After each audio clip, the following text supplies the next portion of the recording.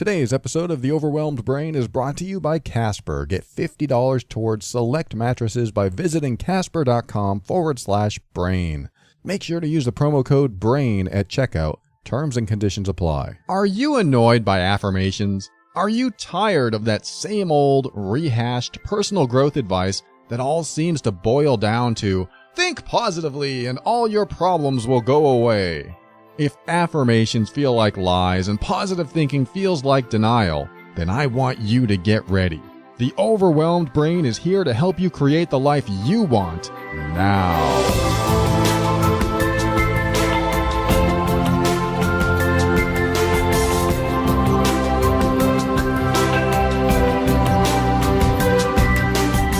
Hello and welcome to The Overwhelmed Brain. I am Paul Coliani, a personal empowerment coach, and this is the show where I read your questions and help you tackle life's toughest challenges.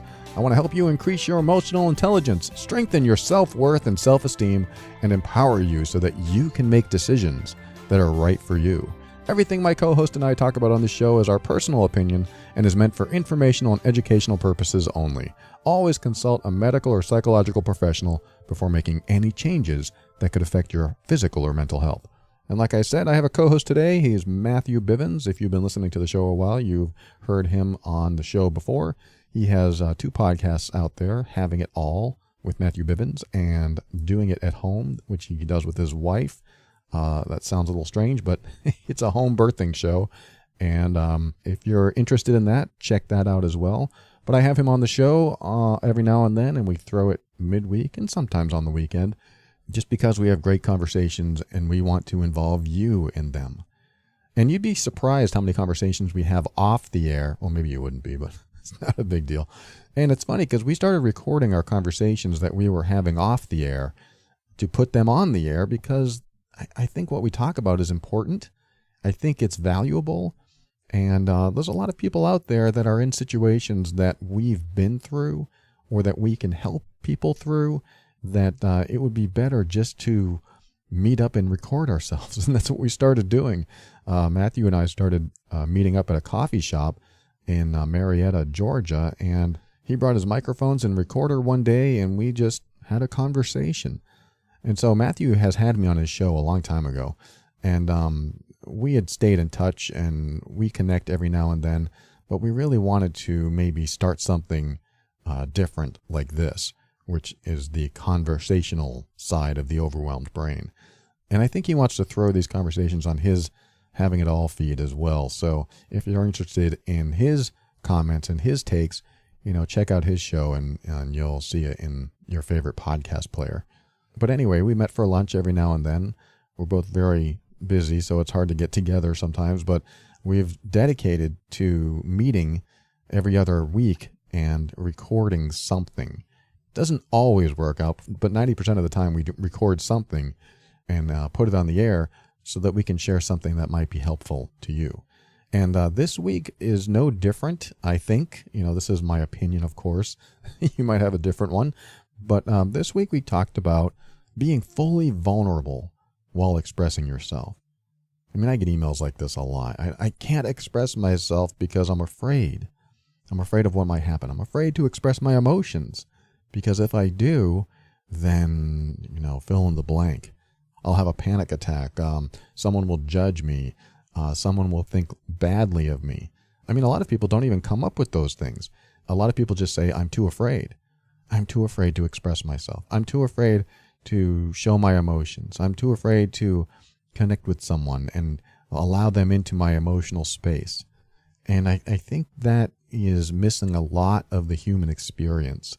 I mean, I know it is. When you block someone from connecting with you emotionally, even during the hard stuff, even when you're sharing things that you feel any shame or guilt or embarrassment by, even when you choose not to share those things because you're too afraid of whatever you're afraid of. Judgment's a big one. Losing friends, losing family, feeling rejected, feeling abandoned. There's all kinds of emotions and fears that come up causing you not to want to share some of your inner stuff, some of the stuff that you've either repressed for one reason or another, or just chose not to talk about and you hold on to. I mean, I hate that feeling, don't you? It's like you get angry at someone and you don't want to express that anger, so you stuff it back down. What do you do with it? It stays in there and you carry it with you, and it comes out in many destructive ways. I mean, ways that you may not even realize. Your behavior changes. You become maybe passive aggressive or snappy, or you get emotionally triggered easily. It's because you haven't gotten these emotions out. They're still down there. They don't go anywhere. You carry them around. And this negativity that you're carrying around isn't helpful. It's not healthy for the body. It's not healthy for the mind. It transforms into something not productive in relationships and communication with your friends and family and even strangers. Whatever you're carrying around that you haven't resolved or healed from comes out in other, sometimes nasty ways. So this is what this show is about, getting these negative emotions out and healing from some of this stuff. And a lot of it can be very traumatic. I mean, people have suffered abuse, neglect, and other forms of suffering when they were younger. So it's certainly not always an easy thing to do. But this is why Matthew and I do our show, is that we have come to a place where when it's hard to talk about it, we choose to talk about it. I mean, sometimes we talk about things on the air that are coming out for the first time. It's not often. I mean, we've done some processing, but because we're having a normal conversation and we're trying not to filter ourselves, some stuff will come up. Sometimes a revelation will come up. And expect that more often. Expect us to reveal things that we wouldn't normally reveal if we were just talking by ourselves. I know that sounds a little enigmatic. I don't mean to be mysterious there, but let me just put it this way. I've noticed that while in regular conversation, as opposed to the monologue I normally do, like right now, I'm in monologue mode. I'm not talking to a co-host. I'm talking to you. But you're not here to interact with me, so I just have to imagine you sitting there and I'm talking to you. However, there's nothing coming back at me, so nothing is engaging my mind in a way that takes it in a different direction. Because right now I have a somewhat focused direction so that I can stay on track and get into our conversation. So that keeps me on target. However, when you're in a conversation, you know what can happen. It can change on a dime. You can go in another direction, then suddenly someone says something that brings something up, brings some negativity up, or even a positive thought or feeling. Just something comes up, and now you're in your stuff, and what do you do with it? And I've had that happen a few times while I've been in monologue mode. But it's more likely to happen when you're talking to someone, because your subconscious mind isn't forging the path. It is adapting to the path that's being laid before it, if that makes sense.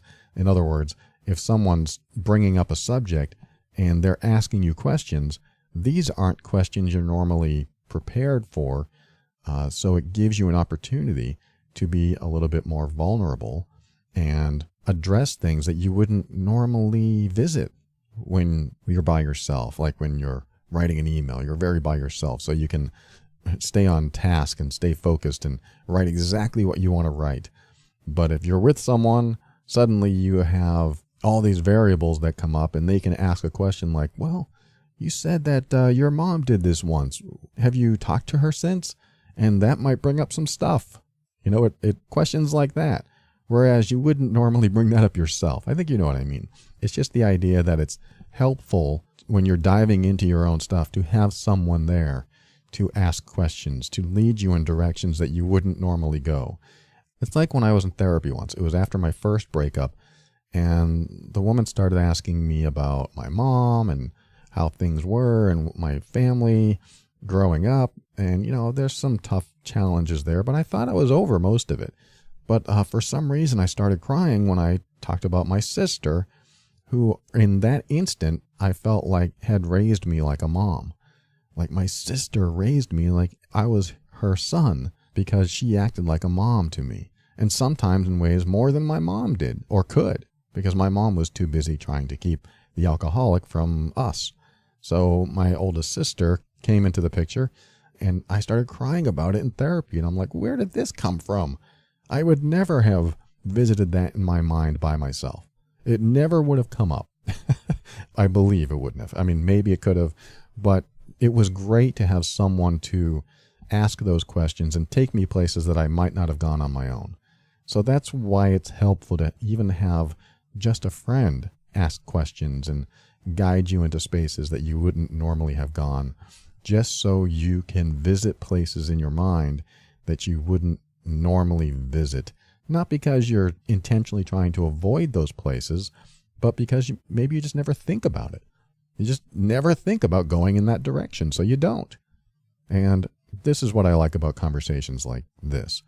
So let's get to the conversation we're having today, which is about being vulnerable while expressing yourself, which is what it's all about. I mean, if you can truly allow your vulnerability to come up and bring the emotions that you're afraid of showing anyone else to the surface, then you allow yourself to release and maybe even heal some things that have been inside you for a long time.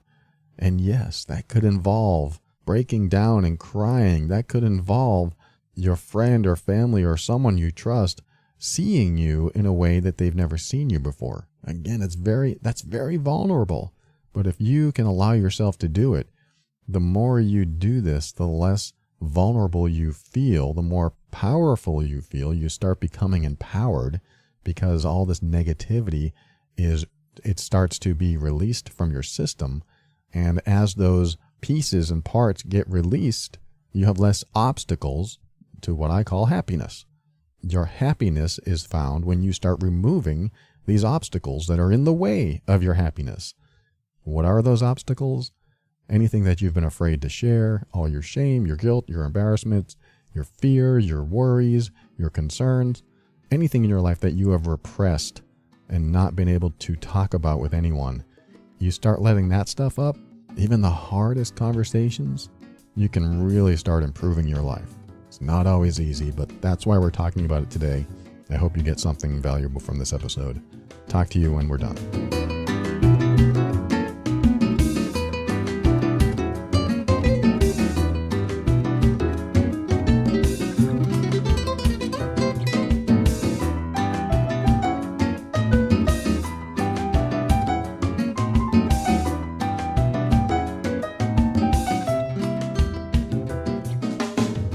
All right, before we get to the conversation that Matthew and I had, I want to tell you about our weekend. My girlfriend and I spent the weekend in Tennessee in a tent. And if you've ever spent any time in a tent, you know that it's not really fun laying on the ground, which is why you have, those pads that you put down, or even what we had, an inflatable mattress. And having an inflatable mattress is a nice convenience, but it's certainly not like home. And I tell you what, when we got home, to have a Casper mattress instead of something that bounces your partner around, like when you move or have to get up and go to the bathroom or something, it's like night and day, of course. And, there's really no comparison. And I'm not trying to make that comparison, but the idea that you can spend a few days on one mattress and come back to another completely different mattress, not only different, but ultimately superior in many ways to what you were just on, it changes your entire attitude when you get home. I mean, it's nice to come home from camping, but to come home and clean up, then get into bed, it's like a ritual. It feels so good to have a mattress that is comfortable as part of that ritual. And I'm talking about the Casper mattress. Casper products are cleverly designed to mimic human curves, providing supportive comfort for all kinds of bodies. And we spend 1/3 of our life sleeping, so I want to be comfortable. And we have the original. The original Casper mattress combines multiple supportive memory foams, and it's true, I saw the video on their website, they show you how it's made, which creates a quality sleep surface with just the right amounts of sink and bounce. I mean, from the night we unboxed it, the very first time, it comes in this small 4-foot box, at least our king size did. It is comfortable. I mean, it just comes out of the box comfortable. You have to let it open up and spread out and such. But once it's out, you can use it, and there you are. You're on your bed. And they deliver it for free. In fact, you can be sure of your purchase with Casper's 100-night risk-free Sleep On It trial.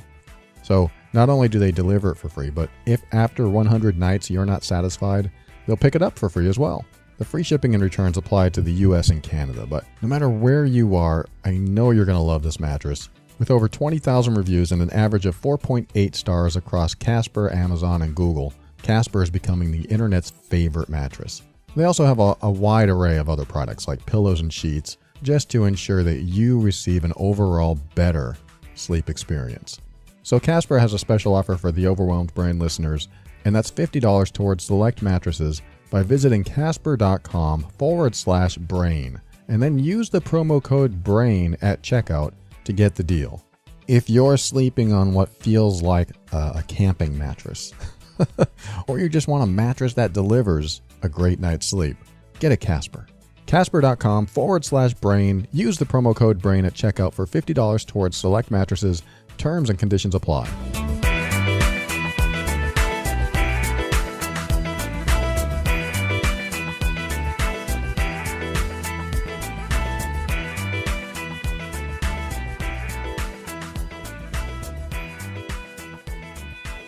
I sent a newsletter out yesterday, and I talked about how I was at the dirt track with my girlfriend all weekend. And I saw some photos. You did? Oh, yeah. You saw it on Facebook, probably. Yeah, they're cool. And there was a video that she posted as well of them doing like practice runs. I know. They jump like 150 feet. It's crazy. So, while I was there, I saw a couple with their kid and their dog, and the man was whacking his dog, like smacking him. And when I saw that, I was like, what's this about? Why is he smacking him? Did he poop on the picnic table or something? And but I noticed every time the dog got excitable, the man didn't know how to control him, so he just whacked him. I felt really bad, and I was like, what am I going to do about this? Am I going to walk over there and say, hey, there's other ways to do this? And so I wrote in my newsletter how, in my 20s, I was not happy with myself for hurting my animals just the same way. Because I would, like I said, I smacked my cat when my cat would pee on the floor or get into a fight with my other cat. And I thought that was the way you trained and disciplined animals, because that's how I was taught. Yeah. Not only by my parents and other people, but also for me, when the belt came out, that was how I learned. So I told the story of that, and I was like, I never shared this publicly, and I did this in my newsletter. And I got already 2 responses saying, thank you so much for sharing that. I can relate to this. Now I don't feel so alone. And it's like, that made me tear up a little bit, because that's exactly what I want people to feel. Like, a lot of people go out there with their problems in life, their challenges, and they believe that they have this challenge that they can't share with anyone. And if they share, they'll be judged, and people will feel badly or put them down or something like that. And that just made me feel good, knowing that somebody felt like, thank you so much for sharing that. That made me feel like I'm not alone. I've learned my lesson, and it's just good to have somebody to relate to. I think that's what happens with people. Absolutely. And I think it's huge for so many of the conversations that we have. And then, the one I was just telling you about for my other show, that like people aren't alone in how they feel. Because I know for me, I always felt alone, and that feeling of being alone just reinforced me not sharing. And it just was this like downward spiral of feeling like I was the only person who felt this way. So therefore I wouldn't share, and I wouldn't share because I felt like I was the only person. And I agree. It's cool when you put something out there and you're just honest and vulnerable. How many people say, wow, me too. And they're like, man, I felt that way as well. I thought I was the only one. And you just recognize that, we don't go through all these things alone. We don't have to. Yeah. And I think we don't have to. I think that's a perfect segue into our first topic, which has to do with someone that we addressed. Was someone's email named, we call him Bill. And I forget what the initial email was about, but he talks about it in his reply to us. And I'm just going to read this reply, because we were just talking about openness and sharing and being vulnerable. And one of the things I like to do real quick is I like to put myself out into the world for judgment. Like, I purposefully know that what I'm talking about, my experiences, how I handle them, will be judged. So, and the reason I do that is because I want to deal with my issues today. I want to be judged. I want people out. I want to give the people an opportunity to judge me, because I've learned that we all tend to judge at some level. And then when you put yourself out there for judgment, it's almost like we have a different perspective of the person that's being vulnerable. If the person's not being vulnerable and they're acting confident or cocky or whatever, we have more of a tendency to judge. So we'll look at someone doing something and go, oh, that person's this and that person's that.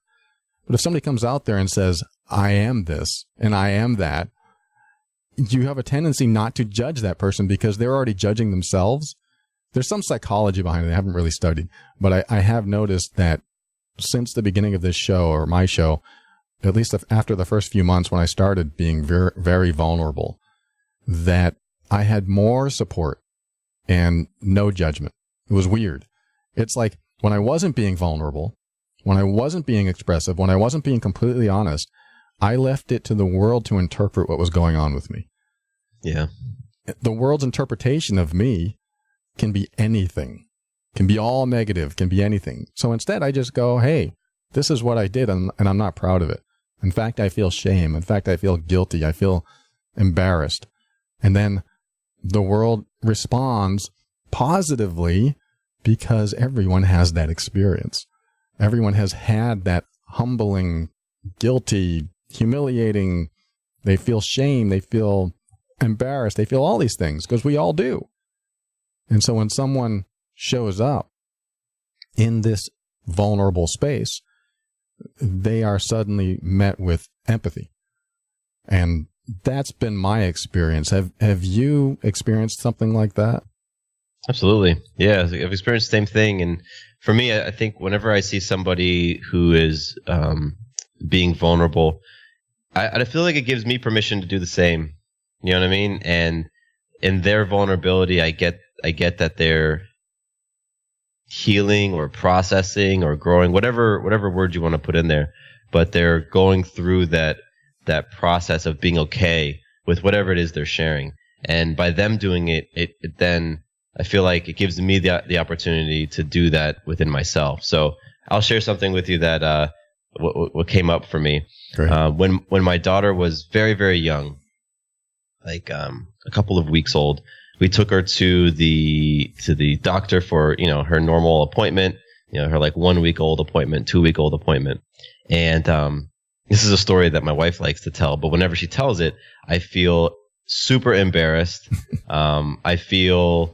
I shake my head like, how could you do that? That was such a dumb thing to do, right?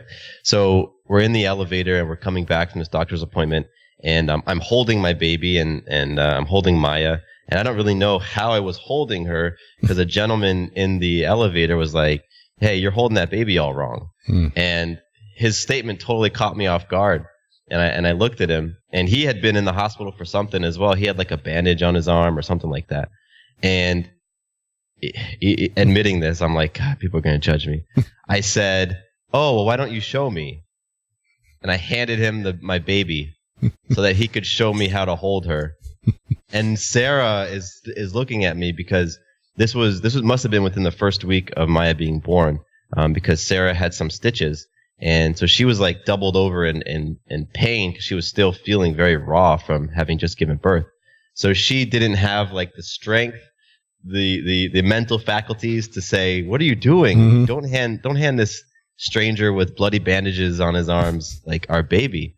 But I did that. I handed him the baby and he showed me how to hold her, and then he handed her back, and I was like, oh, great. And that story makes me feel so embarrassed. It makes me feel like ashamed that I would do that I would like trust this, this person and just hand my baby over. And I think the way that the story is told, when Sarah tells it, it's to get a reaction or a laugh or some sort of like reaction of astonishment from the person that she tells it to. So when you were sharing about, the vulnerabilities and all that, I was like, man, I wonder if anybody else has done something like that with a newborn kid that when they think back to it, they're like, I can't believe I did that. That was that was not a very smart move, because I am still working on processing that and healing that experience for myself. That's your first baby, isn't it? First baby, yep. So I think that's what happens to first-time parents, is that they do something that they are embarrassed about there. Yeah. Yeah. I get it. But I haven't heard any other stories, right? Like, I haven't heard someone else say that they did something, stupid with their kids. So right now I'm like looking around like, all right, where are the people who are going to come out of the corners to share their embarrassing first-time kid stories? My girlfriend tells me all the stories about her raising her son and how neglectful she was and how bad she feels. She goes, my son would just sit there going, Mom. And she'd be like, 1 minute, Mom, 1 minute, Mom, Mom, Mom, Mom. And he would keep saying it. And he's like, I'm hungry. I'm hungry. I'm hungry. and she would finally go, just give me a minute. Just give me a minute. And then finally she would get up from her computer or whatever she was doing and feed him. And then, just recently we'd be talking about this kind of stuff, and she'd go, I think about those times and I feel so bad. I just sat there letting him starve. And I'm like, well, he seems like to be an okay kid. I mean, you must have did something right. So yeah. So I'm not the only one. No, I mean, you do those stories on that podcast you do. What is it called? The Homebirth Story podcast? Doing it at home. You have stories like that. Doing it at home, yeah. We haven't said story. Actually, yeah, there's definitely been parents have shared some embarrassing moments for sure. Yeah, well, that's a great story. Thanks for that vulnerability, Matthew. I'm going to go ahead and read this email. Cool. This is from, like I said, someone that wrote. We called him Bill. He wrote in before and we addressed his challenge, and this is his response after we had that show. Bill writes, I just got around to listening to the episode, and wow, I can't thank you and Matthew enough for finally providing the feedback and advice that quote, Bill guy was so desperately looking for. It's been a while since I sent the original email, and I'm very happy to report that my girlfriend and I are still together and in a much better place now after overcoming many of the issues, mainly my insecurities I was experiencing at the time. I won't dive into too much detail, but I came into the realization that a lot of my issues were a result of me experiencing some kind of retroactive jealousy. Never heard that term. For the very first time, and being unfamiliar and unable to properly navigate those feelings. The feelings of jealousy led to actions in which I thought were justified and protecting us, when in reality they had the exact opposite effect on the relationship. I failed at creating a safe enough space for her to feel comfortable with being completely open and honest with me, which led to more secrets, more problems, and inevitably more feelings of jealousy. Pretty much everything you touched on your show. Man, you guys are good. It's extremely difficult to right the ship once this kind of dynamic is established in a relationship, but it can be done if these realizations are made. That's why I think it's important that these issues and situations continue to be discussed in an open and honest manner. Exactly what we were just talking about. And I want to thank you for doing just that. You're consistently changing lives. And then he wrote, you're a true hero and inspiration. Thank you, Bill. Thank you so much. And I'm sure, that's awesome. Yeah, I'm sure Matthew feels the same. We are honored that you wrote this, and we're happy to hear that things are going better. We must have talked about jealousy in that episode, Matthew, but there's a couple things that I also highlighted that I just want to kind of mention that, again, we've already sort of addressed in a way. He said, I failed at creating a safe enough space for her to feel comfortable with being completely open and honest with me. And I think, I address that on my show a lot, where you are with someone you love, or at least like, and you want them to tell you the truth. You want them to be able to trust you to share things with. And I think that establishes a great relationship. If you have someone in your life that trusts you to share things with you, then that relationship, it has more longevity potential. However, if you are reactive and somebody shares something with you and you go, what? How dare you think that? Or what? You find someone else attractive? What? I mean, there could be some really powerful reactions depending on what the person's saying to you. And I like how he wrote this because it means he realizes that he wasn't providing the safe environment. I like to call it the safe zone. If you are with someone you love, especially a romantic partner, and your partner it becomes vulnerable and shares something with you that they believe will cause a reaction in you, and it does cause a reaction in you, and it's very negative, and you put them down and you make them feel bad about themselves, they're less likely to share with you again, or at least they'll get less likely to share with you again, which can create a lying situation, a lying environment. Because, and this is what happens, you set yourself up to be lied to by your reactions to other people.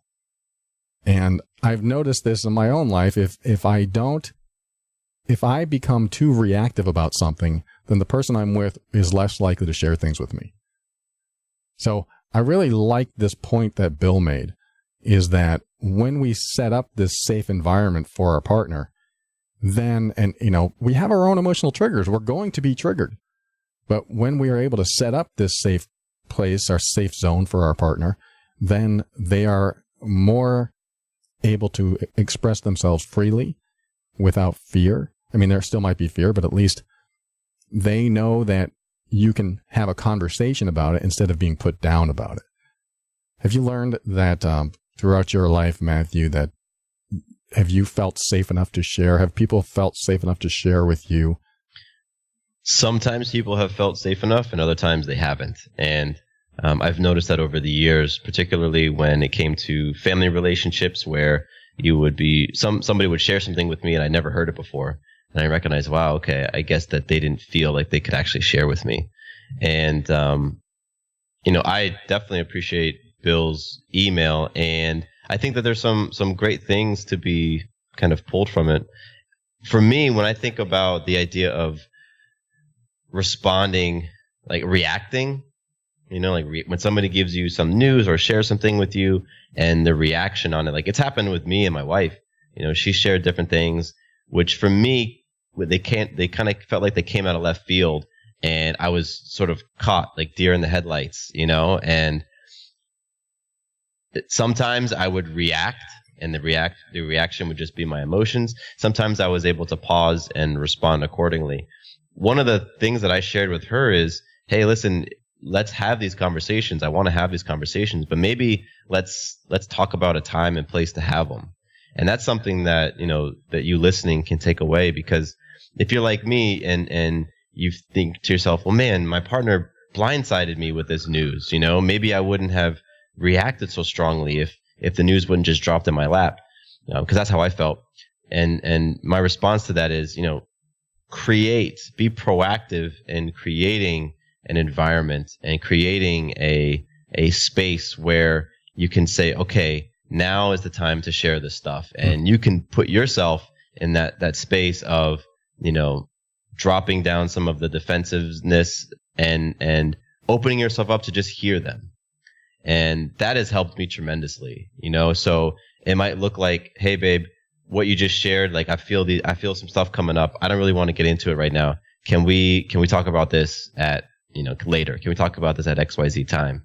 And then you actually have to follow up. And, between when I ask for some time and when that time arrives, I'm doing things to get myself in a powerful place to be able to have a conversation and to be able to respond maturely.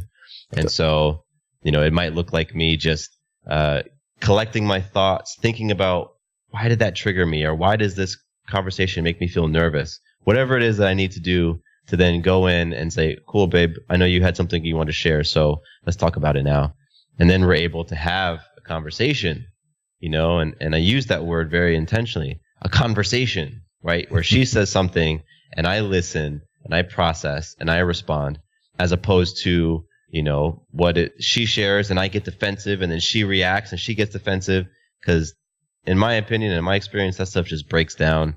And then we have to do more work just to get back to that place where we can even have the conversation. So that's what comes up for me, Paul, as you're talking about Bill's response. That takes a tremendous amount of presence, though, doesn't it? To be able to stop and go, whoa, I have some things coming up. Let's talk about this later. I mean, how do you get into that space of, I'm becoming emotionally triggered. This is how I look at it. I'm getting emotionally triggered right now. There's some stuff that I need to process. I mean, for most people, including myself, I'll be in this space of, oh crap, I'm getting emotionally triggered. I'm usually going to talk about it right then and there. Mm-hmm. So I'm not sure if I'm the type of person that's going to say, okay, I got some stuff coming up. We need to talk about this. Let's set a time to do that. Is this something that you practice? Is this like a relationship contract? You're like, okay, when stuff comes up. No, it's not. It's not that formal, and It doesn't have to be that business-like. Like, oh, okay, I'm feeling this way. So how about at 6:30 p.m. at this time, we're going to, it doesn't necessarily need to be like that. But for me, I know that when I am triggered,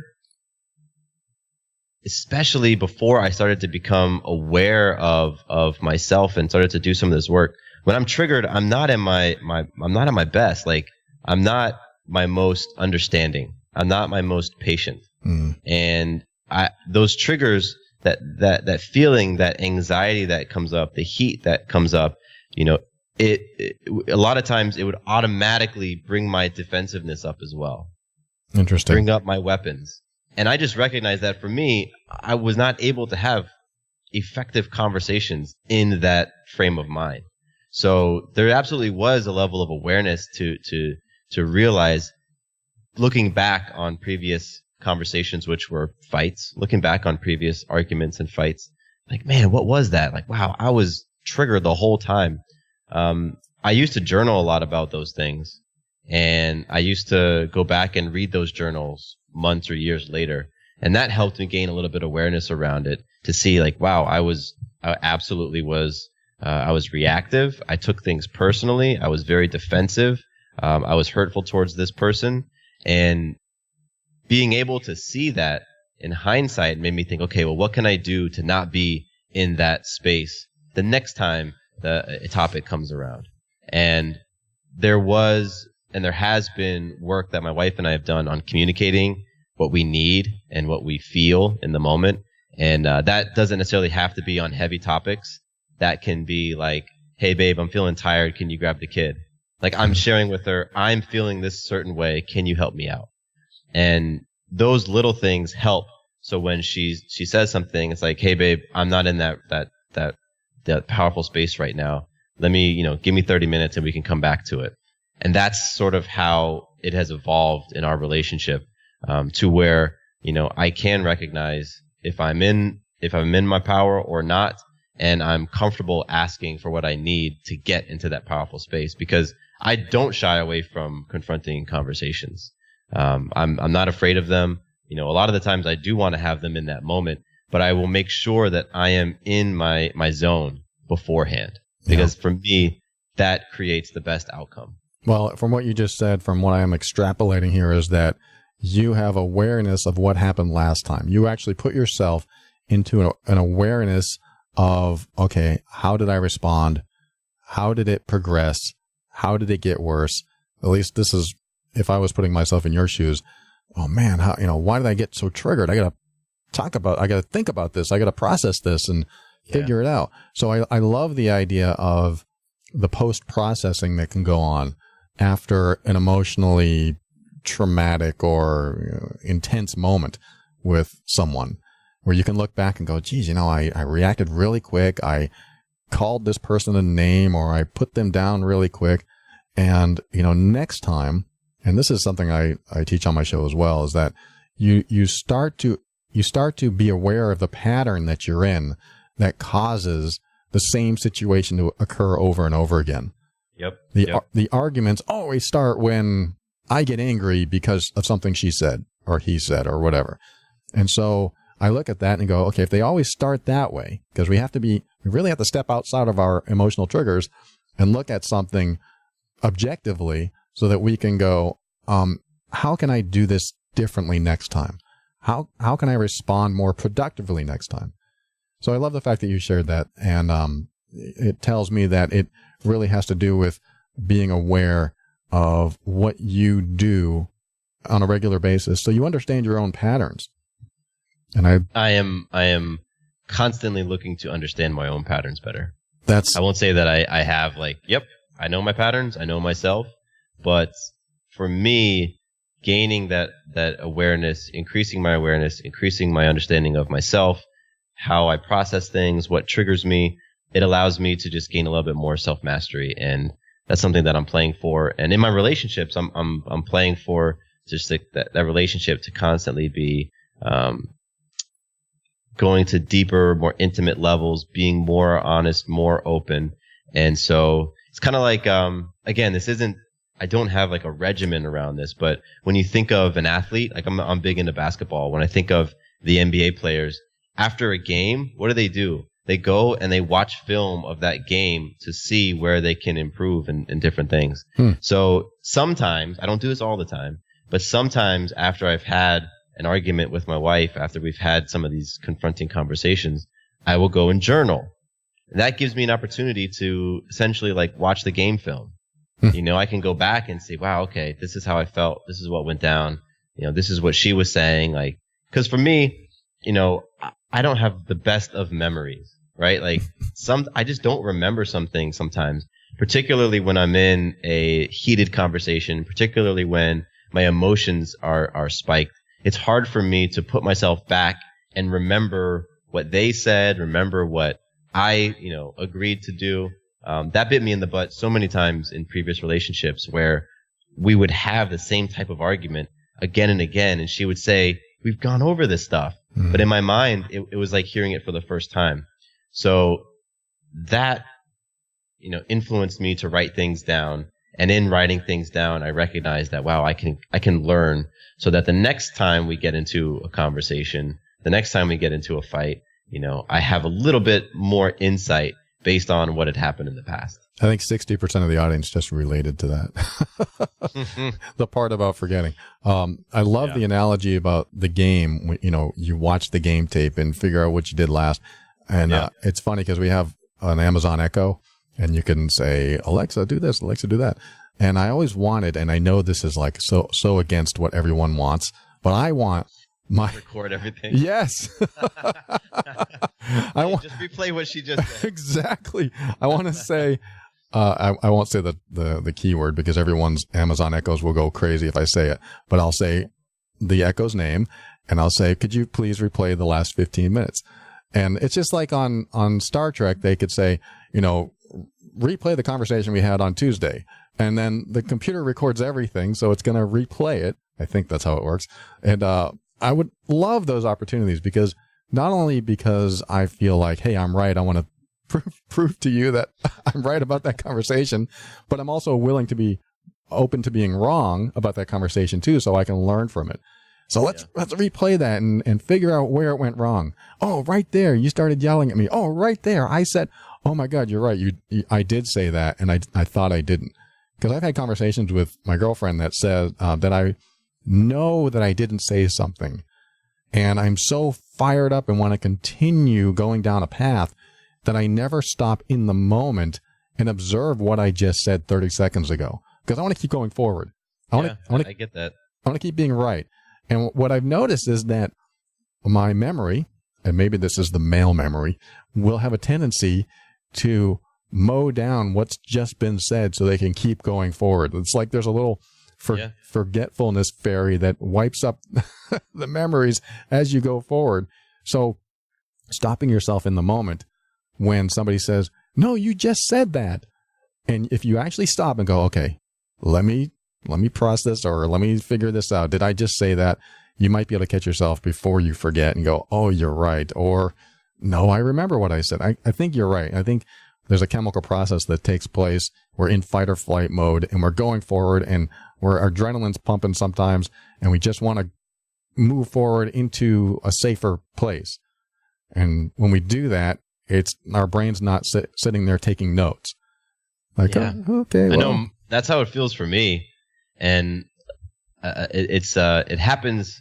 I don't know if it's frequently, but it happens sometimes where I'm in a conversation with my wife and we just go down like a tangent path, and we're still going at it, but we've deviated from the original thing that started the whole conversation. And we get to a point where like, wait a minute, what are we talking about again? What was the whole point of this? And that's where I think it would be nice to be able to rewind and go back to the beginning, because for me and my memory, man, like I don't know, I've always felt that way. Like when I'm just in it, it just doesn't register in my long-term memery. You know, it doesn't get past the, like 30 seconds. Like it's like goldfish memory when I'm in a fight. And I can't, it's hard to remember before. So luckily over the years, I've worked on increasing just being honest and telling the truth and being totally authentic with how I feel and expression, because this stuck with me. I heard it a long time ago. I think my dad used to say, when you're honest, you never have to remember what it is that you've said. Mm-hmm. You don't have to remember your lie when you're being honest. So, that stuck with me. So when I'm in these conversations, I'm just trying to be as honest as I can, obviously being considerate and knowing when I should be a little bit more courageous, a little bit more bold. But, so that's helped me deal with the fact that I don't always remember all the specifics. And, yeah. I think it goes to show that even though you and I have studied personal growth and communication and human behavior, that we can still come to a level where you'd think, oh, they must get along with their significant others perfectly because they've studied all this stuff. No, what happens is that we're so unique in our individual beliefs and values and perceptions that we're going to come up with disagreements. I believe, however, is that as you study yourself, as you interrupt your own patterns, as you learn about yourself, look in the rearview mirror sometimes and figure out, okay, what did I do? What can I do differently? That you improve how you communicate. Mm-hmm. You improve how you converse, or what I've heard people say, conversate, which I don't think is a word. I heard that on TV. I was like, conversate? Is that a word? And then your arguments or disagreements are, they can be just as intense as anybody's argument, but there's usually a more productive way to approach it because you're more aware of yourself. You're more aware of your own psyche, of your own emotional state. And I just believe that you can have more productive conversations and just a happier way of life, knowing that you could get into an argument at any time, but it's not like another nail in the coffin. It is, this argument is going to be productive so we can get past it and get past the issues. Yeah, no, for me, I'm not playing for a marriage where we'd never argue, because we're different people and we see things differently and we experience things differently. I'm constantly pushing for that increased openness. First and foremost with myself, with how I'm feeling, understanding why I'm feeling it, knowing when is the time to share how I'm feeling or how I'm experiencing the other person, and knowing when it's time to be a little bit more considerate, a little bit more compassionate, a little bit more understanding, and just really, just gaining a little bit more mastery over that dance. Because there's absolutely a time to press your point and to make your point and all of that. But then there's a time to just listen and to create a space for the other person to share and for them to feel understood. A lot of times I know for me, it was almost like like a fencing match. Like whenever I've watched fencing matches, it's like one person goes in and then they retreat. The other person comes at them. And then that, person A goes back in again, and it's just this back and forth. And that's kind of how I felt arguments went. And it wasn't until recognizing that, what, this conversation that we're having, it may not necessarily be about me getting my point across.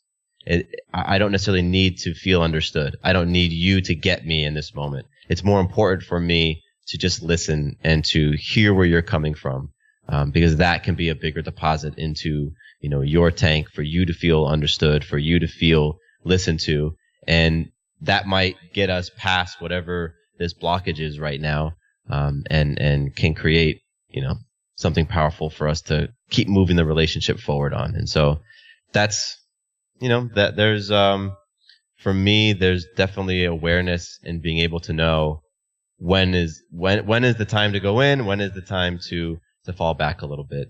And that's just a fun game as well. It's a game within the game. I'm glad you brought that up, because I think what happens in arguments is that if there's any sense of low self-worth, low self-esteem, any type of insecurity, that you have, and then you get into an argument, that you want to find a way to fill those insecurities in you, because and what you'll do is continue fighting for that increase in your self-worth, self-esteem.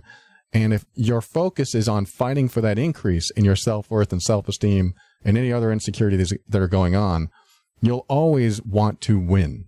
And if you focus on the winning during the argument instead of the bigger picture, like I look at this, I feel very secure in myself. And when we get into an argument and I can see she's getting more and more upset, I have to take a step back inside myself and go, wow, I don't want her to be upset. This isn't my goal. And if it really takes her being so upset that she feels defeated, just so that I could win, just so that I could fill some small insecurity in myself that I believe I need to feel better about myself, because if I'm wrong, then I don't feel good about myself. But if I'm right, I'll feel great. Some sort of ego boost or whatever. Is it worth me doing that in the bigger picture of this relationship? So what you just said just reflects that. And I like to look at it as, when I take that step back, and this is an odd thing I say to myself, but I'll do it sometimes, I'll go, am I really that important? Is what I have to say really that important? In the grand scope of everything that is what I'm about to say, is the damaging words that I'm going to throw at her so important, just so I can feel righteous in myself, and then, of course, feel alone after I win? Because that's where it leads, right? Yeah. You win, and now he or she is off to the side and trying to process and trying to figure things out, and now I'm right and alone. So I look at this, in the grand scheme of things, I'm not that important. In the grand scheme of things, what I have to say isn't really that significant, because the big picture for me is I'm with this person every day. I'm with this person for the rest of my life. I've committed to this person. So what do I want for the big picture of the relationship? What does that look like for me? Does it look like this, what we're experiencing now? And then I have this other thought that some people might find morbid, is what if she died tomorrow? Is this how I want today to end? It's like, you've heard that concept. If this was your last day, what would you do? How would you treat people? I like to look at it like that sometimes. And that really helps me connect with my insignificance. And that's like the opposite training that we're told. Mm-hmm. But I like connecting with that. If what I have to say is not that important, then I am comfortable enough in my self-esteem and self-worth and secure enough in myself to be wrong. And I really love that I can go there.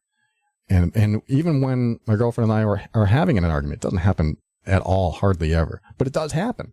So when we're having an argument and she says something, I process it in the moment. Is that true? Wow, is what she's saying true? And I could still be in that emotional state and the heightened intensity of what's going on. But I will ask myself, is that true, what she's saying? And if she makes a point, because we never want to admit when we're wrong when we're arguing, but if she makes a point, I'll stop and go, well, you're right about that.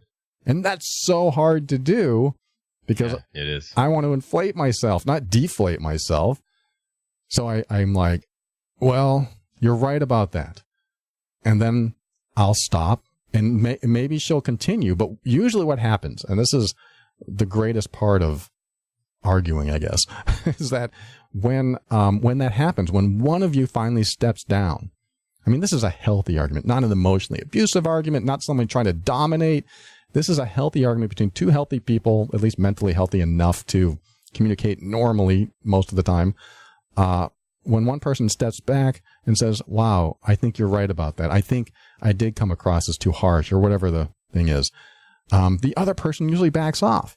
They don't continue. See, I told you. And then they pound you. Usually the healthy people don't do that.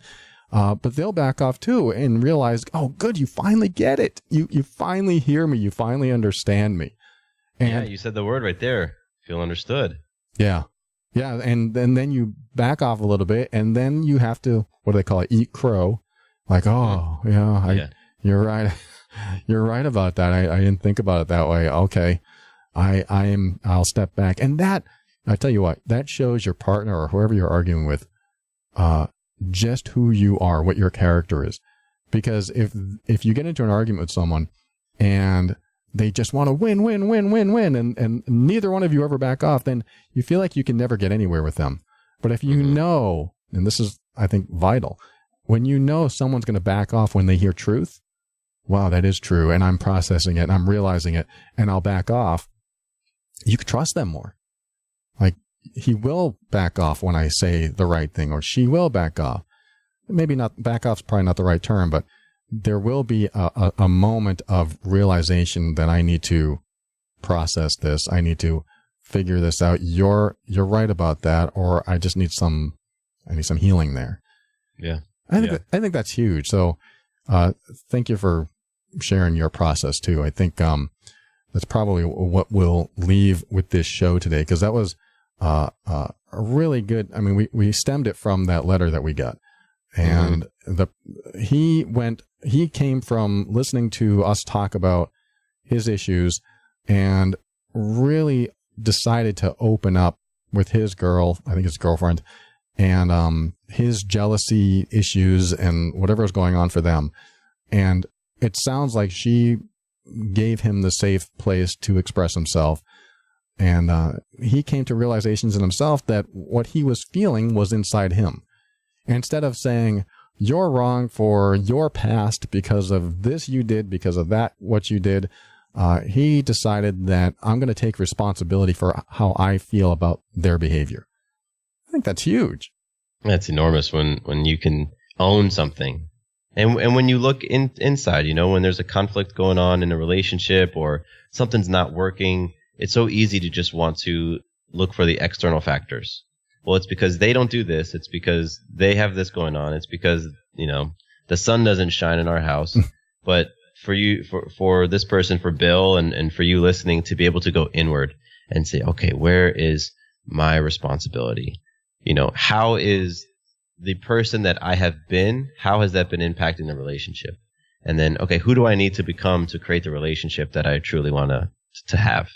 And that to me is an extraordinarily powerful way to look at it. And it gives you back your power. It gives you back the power because, and not the power in the relationship. It gives you back your personal power when you look internal to see how you can influence something, as opposed to when you are fixated on how things externally must change in order for you to feel, whatever type of way you want to feel. That's great advice for control freaks as well. People that want to control everything, everything.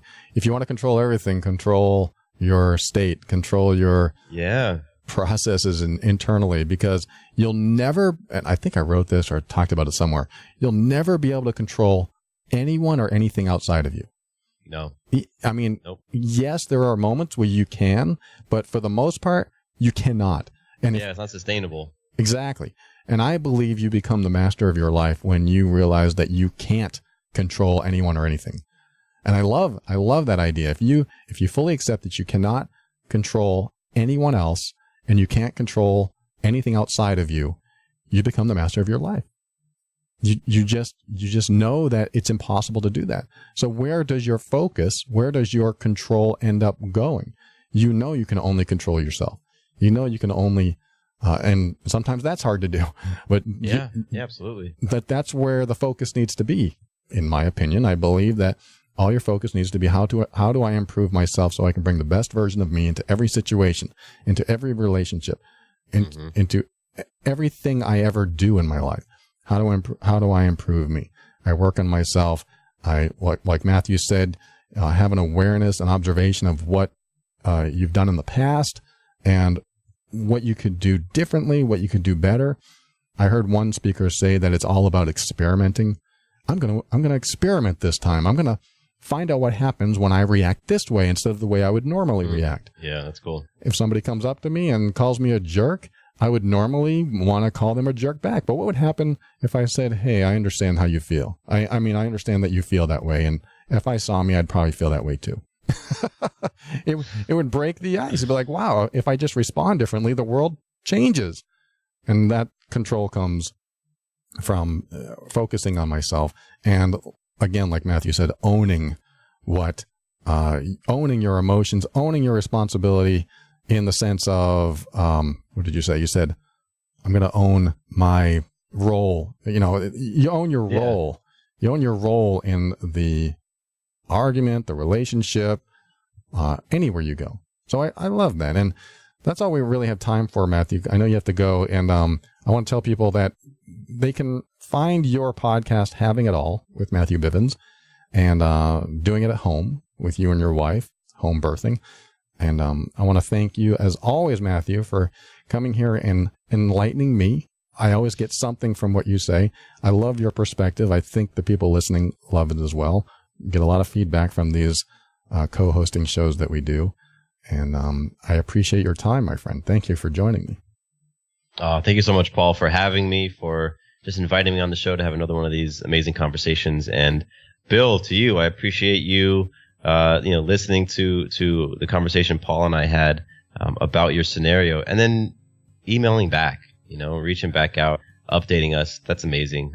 So many people can relate to your experience and have been touched by the conversation, I believe, that Paul and I just had today because of your sharing. So, Bill, thank you.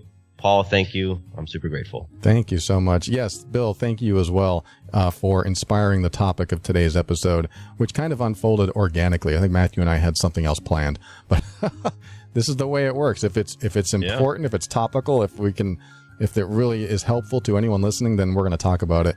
And I think Matthew can agree that it's also helpful to us to kind of flesh this out in our mind. And what do we do? How do we respond in this situation?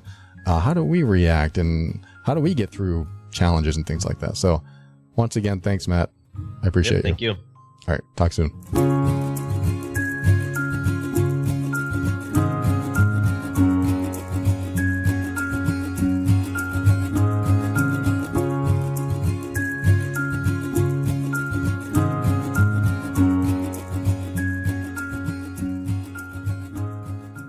Thank you for listening to another episode of The Overwhelmed Brain. I want to thank Matthew Bivens with the Having It All podcast for joining me and talking about this very important subject matter. I think is one of the keys to a more fulfilling life is to actually start removing these negative obstacles inside your body, for lack of a better way of putting it. Anything that you're holding on to that you don't want to talk about, that you don't want to admit to someone, that you're afraid that someone's going to judge you for. I love having these things out of my system.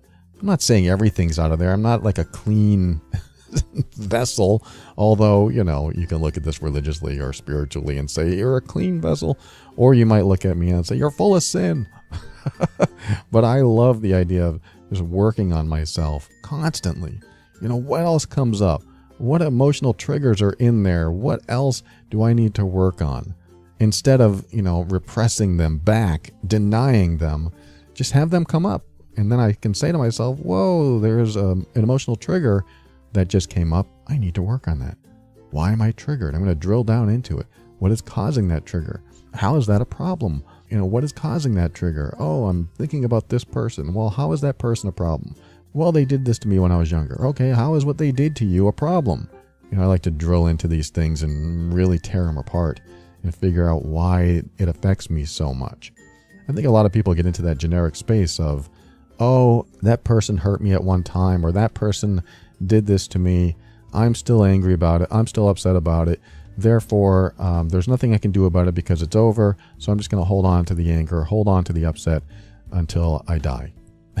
I don't want anybody to do that, but I know people do it, and they hang on to stuff that they don't need to hang on to. You don't need to hang on to this stuff, even though it's affecting you, even though some people have PTSD because of things that have happened in their past. I know it's not easy to let go. This episode discusses one of the first steps of healing and processing and letting go. Yes, you might need therapy. Yes, you might need coaching. Yes, you might need a lot of self-help books and a lot of good friends and a lot of good family. And when you find these resources and apply them to your life can get a lot better. It just depends on where you are on the personal development path and how far you're willing to go, because sometimes you have to take a big scary step in order to get to the next level of yourself, the next emotional evolutionary step to get into a better space inside you. Because I tell you what, when you get rid of one negative emotional component of something you're holding on to, you feel a bit lighter. You feel a tad bit happier or more. You feel more energy. You feel more vibrant. You have more passion and meaning and purpose in your life as you go forward and keep working on this stuff. If you hold back and you never let it out, then a lot of the things I just said with meaning and purpose and passion have a harder time showing themselves. So you may have some hard steps ahead of you, but they're not impossible. They're not. And if you're having any trouble, just remember to keep an open mind so that you can step into your power. And this will help you be firm in your decisions and actions so that you can create the life you want. Always take steps to grow and evolve. You are powerful beyond measure. And above all, and this is something I absolutely know to be true about you, you are amazing.